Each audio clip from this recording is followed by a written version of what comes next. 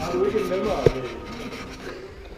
En nemmere væg, jo. Men man kan lige have benene så højt op. Jamen prøv at se der. Prøv lige at se der. Hvor filmer du fandme?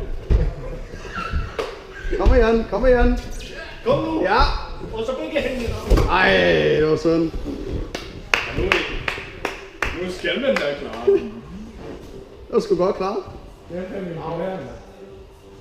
Så nu er fandme på benene deroppe. Det er det, som jeg snakker om.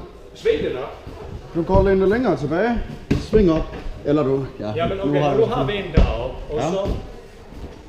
Jamen det ser jo pisse nemt ud, når du vejer 3 gram, vel? Og nu er det fingrene. Det er fingerspidser, der hænger mig i her. Det kan jeg jo ikke. Jeg kan også tage 4 fingre. Nu. Det er bare vægten, der holder dig.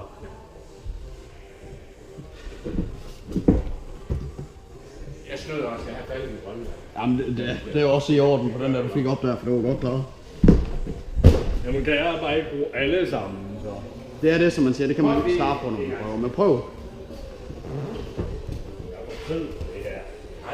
Mere fodspids på. Det giver dig længere rækkevidde. Hvad siger du? Her. Kan du holde den der? Ja da! Ja. Så lægger du vægten over på dine ben og din hånd. Hånd der. Det er fandme flot. Jeg er godt 1 meter op. 2 meter op. Kom igen. Kom igen. Ja, hold den. 2 hænder på 3 sekunder. Du klarede den, Rund. Tillykke. Hvordan kommer du ned?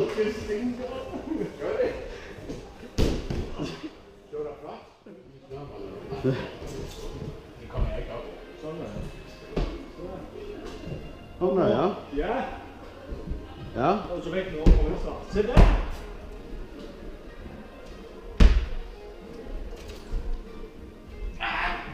Ja. Det var sgu godt. Det var fandme. Det er sgu godt klart. Ja, det der var godt. Det her det er min nye. Jeg godt kan lide. Nej, det er ikke den. Den skal I ikke tage, nej.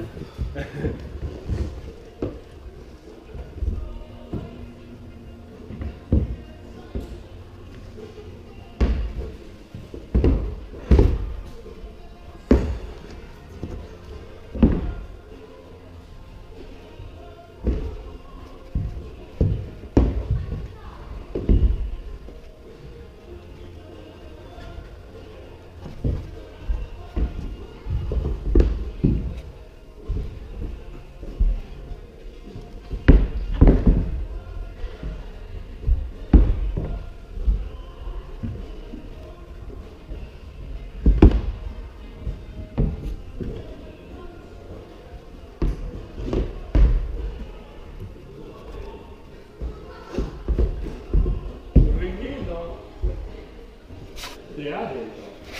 Det er helt det her. Så hænger du bare der et stykke tid.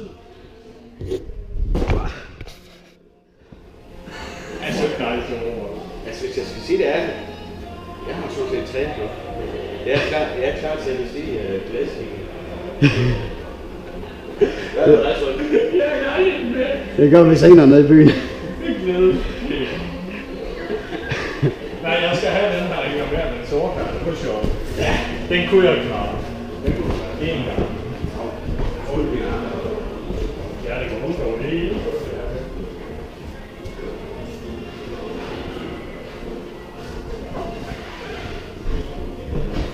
Ja, det er flot, Trym.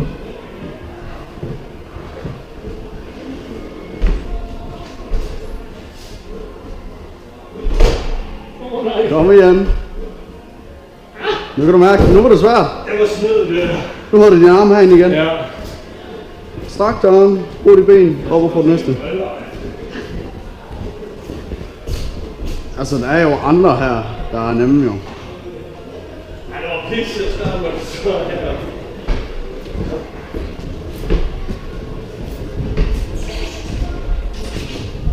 Ja. Ja. Begge hænder på.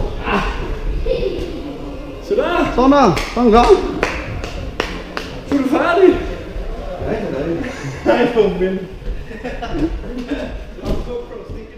Ja, ser du om den holder. Ser du om det holder til dig. Jeg tror ikke, jeg kommer med.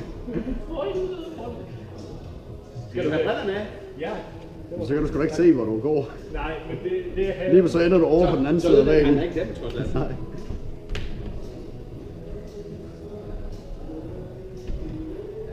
Ja. Du skulle jo også gøre. Ja, kig ned og så hoppe. Ikke tage fat i tåret, når du hopper. Du kan tage fat i tåret bagefter, du har hoppet. Hvad? Du må ikke holde i tåret, når du hopper bagover, fordi at hvis du har trukket det ned, så får du træk.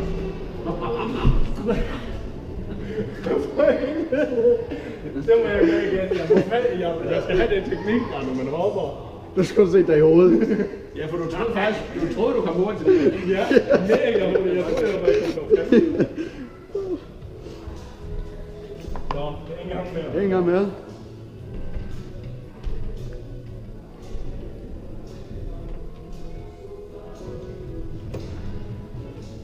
Så der læner du der bagud. Ja, det ved jeg ikke. Jeg hopper bare. Det var det lidt bedre. Ja. Prøv at komme lidt højere, så gør det igen.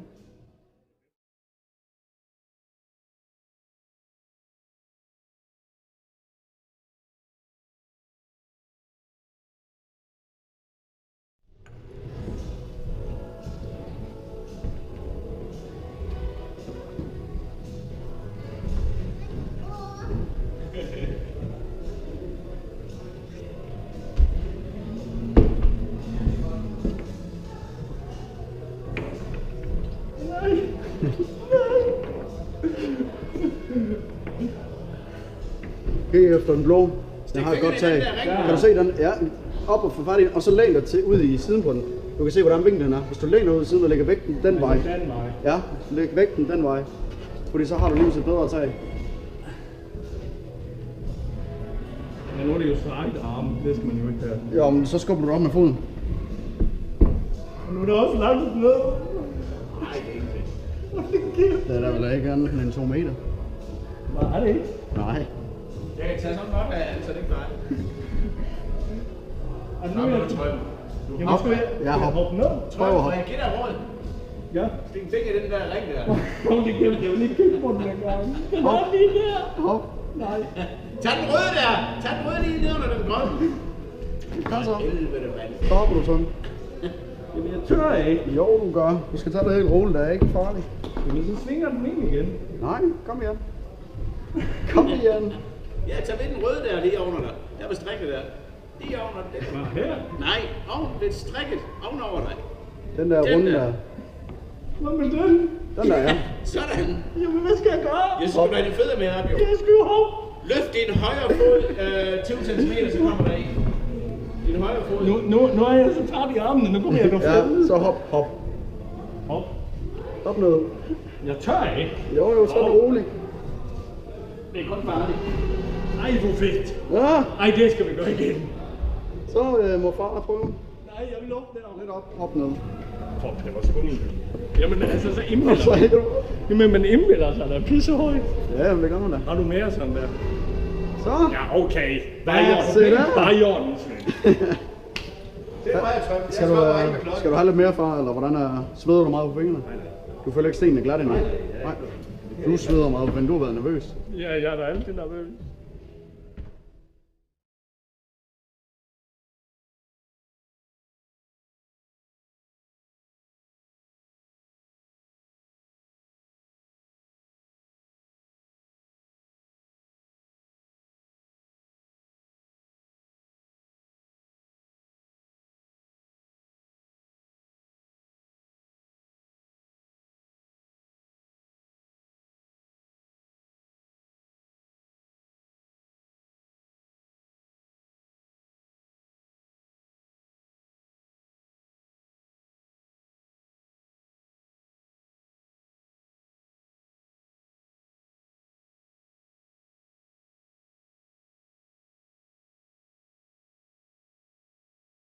Kom igen.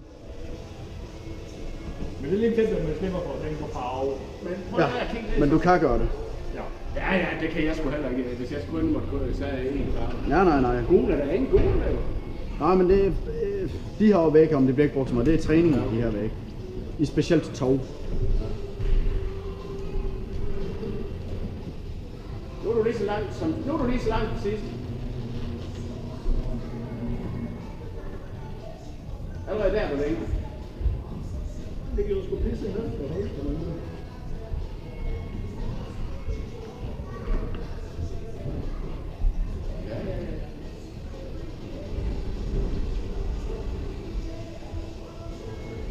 Kan du se den blå der? Den der lige over hovedet på dig, den er rigtig godt greb. En grov. Den blå. Den der. En op. Den der. Og så brug benene til at skubbe op med, ikke armene. Fordi det er, du skal klatre mest med benene, når du klatrer. Ja, nu kan du. Nej, kom. Ret ro. Eller du er betydeligt højere. Så stå der, så slap af i armene, og slap af lidt i kroppen, og så tager du lige en pause. Når du føler dig klar igen, så kravler du videre. Ja, det kan. Nej, men så hop. Hvad er det med I? Og bare hop.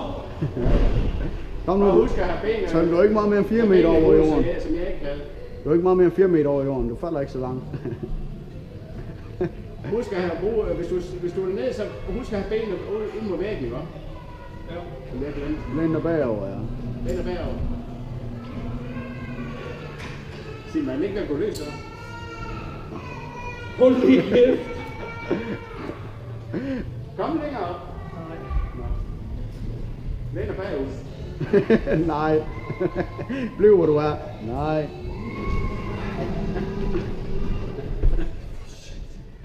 Det er alt for hårdt, det her.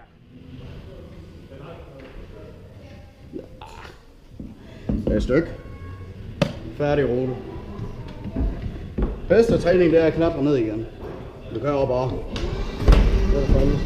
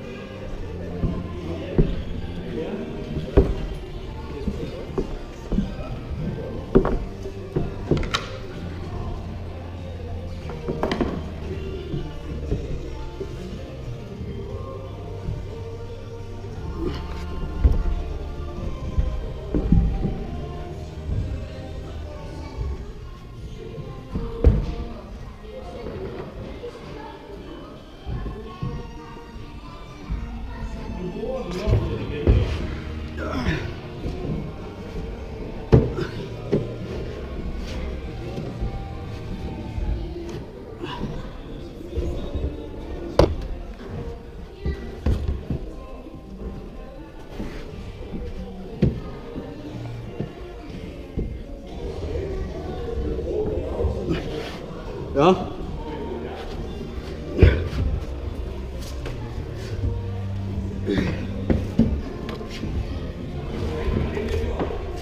Det var det, jeg ved ikke.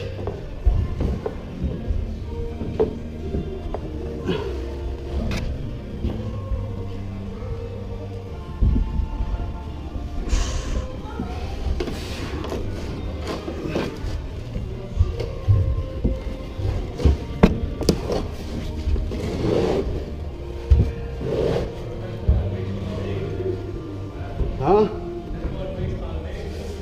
Ja, jeg ved.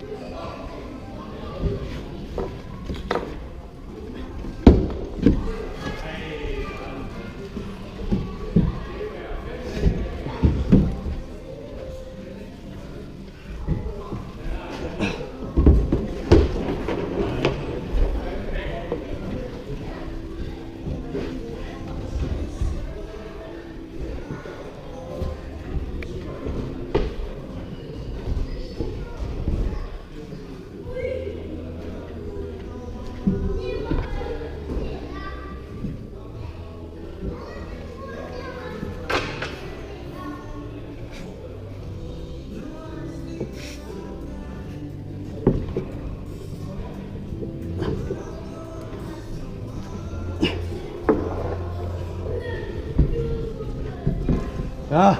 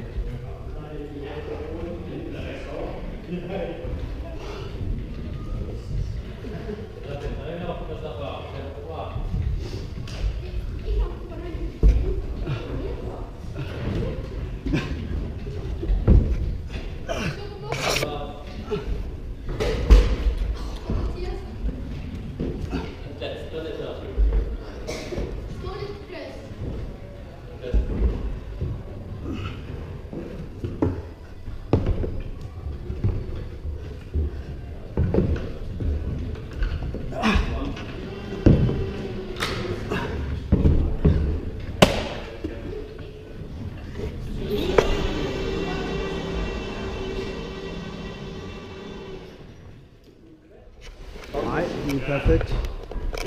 Det er lidt undskyldning. Er det dig først? Kom. Nej. Nu har jeg jo min telefon i venstre. Kom lige her, ja. Ja. Så her. Ja. Så den får vi her. Ja. Og så skulle vi have her. Ja. Og så få her der. Lige præcis. Og så hive op og få det fejl. Ja, og holde den i 3 sekunder. Er det alt? Det er alt. Det er ikke så højt, men det er fandme sådan her. Jeg tror fandme, det er kaffe. Ja, det tror jeg. Kom igen, prøv.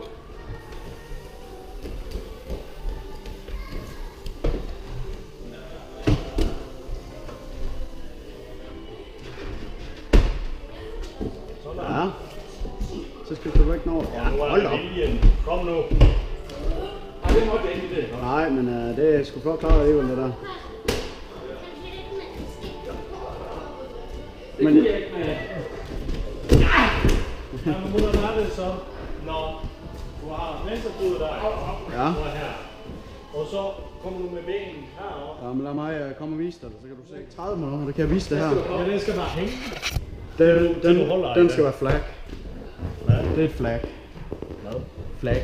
Den var et flag. Det er det, jeg vil vise dig. Nå, den skulle bare ind på siden der, ikke? Sådan her. Flag. Ja. Nå, men ja, det er okay. Og så kan du ind med en fordel, hvis du er fleksibel. Ej, det skal jeg lige på. Det skal jeg lige på. Men det er jeg.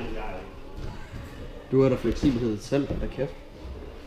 Jeg har da set dig nej. Nej, det var ulækkert, du ved ikke.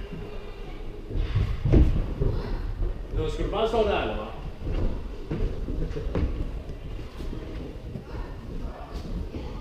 Nu har jeg ikke så vægt på min telefon og sådan, bare så I ved det. Ja. Så kan jeg ikke klare det. Jamen, så er det fandme. Jeg kan bare mærke, at min arm er helt væk. Hun er god ude, det når dine arm også er væk. Kom igen. Ikke alle undskyldninger der. Snakken. Varsågod. Vi lægger det ikke vand, Ja. Kom. Jeg skal høre, hvordan han klarer det. Spejdertånden. Jeg har så lyst til at bare lægge der, fordi Det kan du også godt. mine fingre er jo helt... Nej, så spejder han det. Ja, det gør han.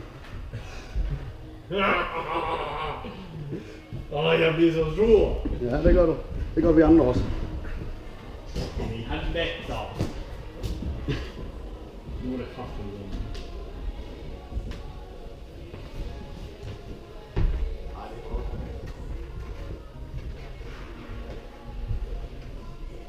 Jeg kom.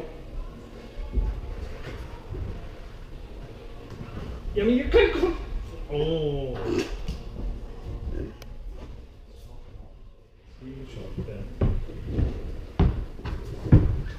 Kan der være en forskel på hænderne nu? Nej. Men jeg kan også mærke, at jeg stadigvæk ikke har nogen som helst kræfter. Ja. Så svømme.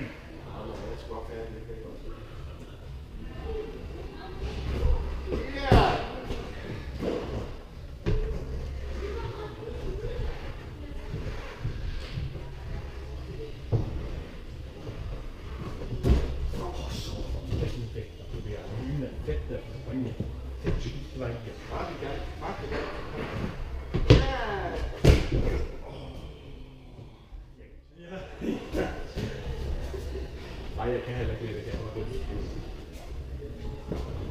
I det, man tager fat i den der, så kan man bare mærke det her. Det er ingenting at holde fat med. Jeg kan heller ikke det. Jeg kan ikke engang huske, hvad jeg skal. Ja. Jeg kan ikke mere, så kvatter han bare. Det er så nej, det kan jeg ikke. Der skal ben derovre. Hvad så, Tom, hvad synes du? Det er hårdt. Det er hårdt. Meget hårdt. Hvad med dig, far? Kommer du igen? Ja, det Det er godt. i eftermiddag. I eftermiddag. Ja, det er det. Jeg skal lige hjem og tage nogle Armbøjninger og push-ups og ja. Ej, det er sgu godt. I klarer det sgu godt. Jeg er imponeret over jer. Det er... Så snakkes vi jo senere.